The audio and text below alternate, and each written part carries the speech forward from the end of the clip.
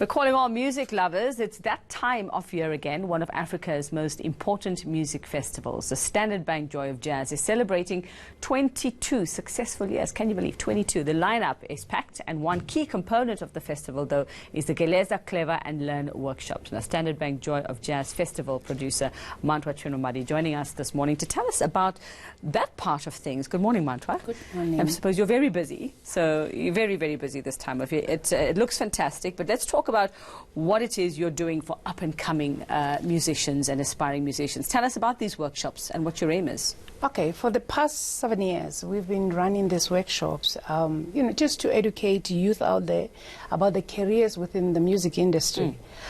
So this year, we, take a little bit high notch and said, why don't we bring in young business people that have went out there and created business of their own. And, ironically or coincidentally, these young people are the service providers at the festival. Now we talk the walk. So we brought in the company Ganizani that does our marketing, our PR company, Khanya PR and Azania. Our event management company, which is MOPA, they are both all run by young people. So it's people who've been involved with the festival for many years and know just basically how this all works. They were working out there for somebody, but they, as young entrepreneurs, they decided we're going to create companies for ourselves so that we can create jobs. Dealing with music specifically?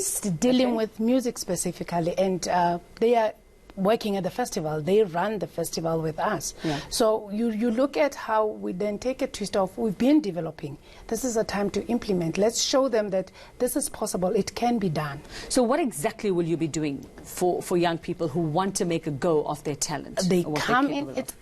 A lot of them walk in there as musicians, but when they walk out there, they realize that actually to be in this space, I can be a producer of a festival, I can be a publicist, I can be a sound engineer. Out of 100 that you will sit at the opening session, all of them coming in as musicians, when they walk out there, they definitely know what other careers they want to follow within the entertainment space. Within this industry. So do you have to have some kind of music background, though, to be a part of these workshops? Actually don't have to. Every young person who's sitting out there but has always been interested and feeling this is, a space for musicians or singers or, people that are on stage, it's a chance for them to come through and say, there's a lot of things that happen behind the scene. Now, Mantwa, traditionally when you think about music and you think of struggling artists and what they have to do to scrape it together till they make their big break, you kind of think like, I don't know any parent out there, or as far as I know, who'll say, yes, just go and you'll be a rock star one day when it happens. So it's a difficult path. It's not easy, and from what we've seen happening with some of our stars, those who have made it, finances are a big problem. Preparing for the future as a musician, putting that stuff away. Financial education of our musicians is a big problem because many of them are dying paupers. Are you addressing that in these workshops? Yes, we are. We have Spam Tlaloso, who's a musician, but she's talking about different mainstreams of making an income as a musician. We have Nomfundo Klaluva, who is a musician, a music teacher that says, use your craft. Don't only wait for yourself or to be booked by a festival.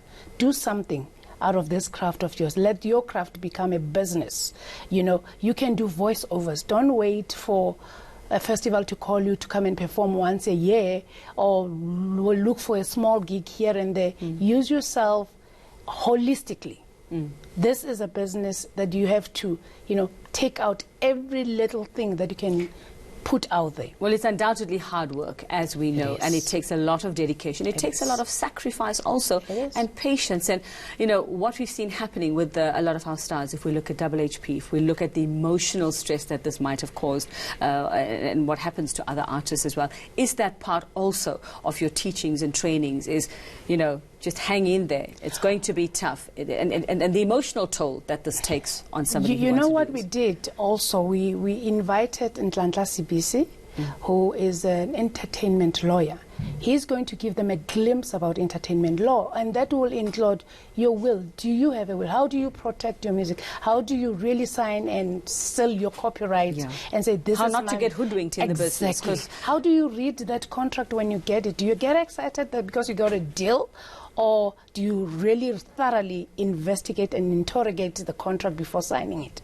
Okay, so all of that. It's a A to Z of how to be a musician and how to make it happen. How to survive in this industry. So how does one find out about how to get involved in these workshops, how to be part of this? We are sold out now. We have about 350 registered people that are coming through today and tomorrow, and we're taking them for 2 days so that we can do, a whole 360 of the sector. Okay, so you're full up. We are full up. Oh, unfortunately. Okay, maybe next year then, but it's next year. Yes. Next year. Thank you very much, and wish you all the luck with the festival. Please, can you give my partner just passes for every day to this festival, Mount I love my die-hard supporters. He loves his jazz. He loves his jazz. It's the best jazz festival in the whole country, if not all of South Africa. It's better even than the Cape Town International Jazz Festival, because this one is the real thing. I'm organizing is the jazz. Yeah.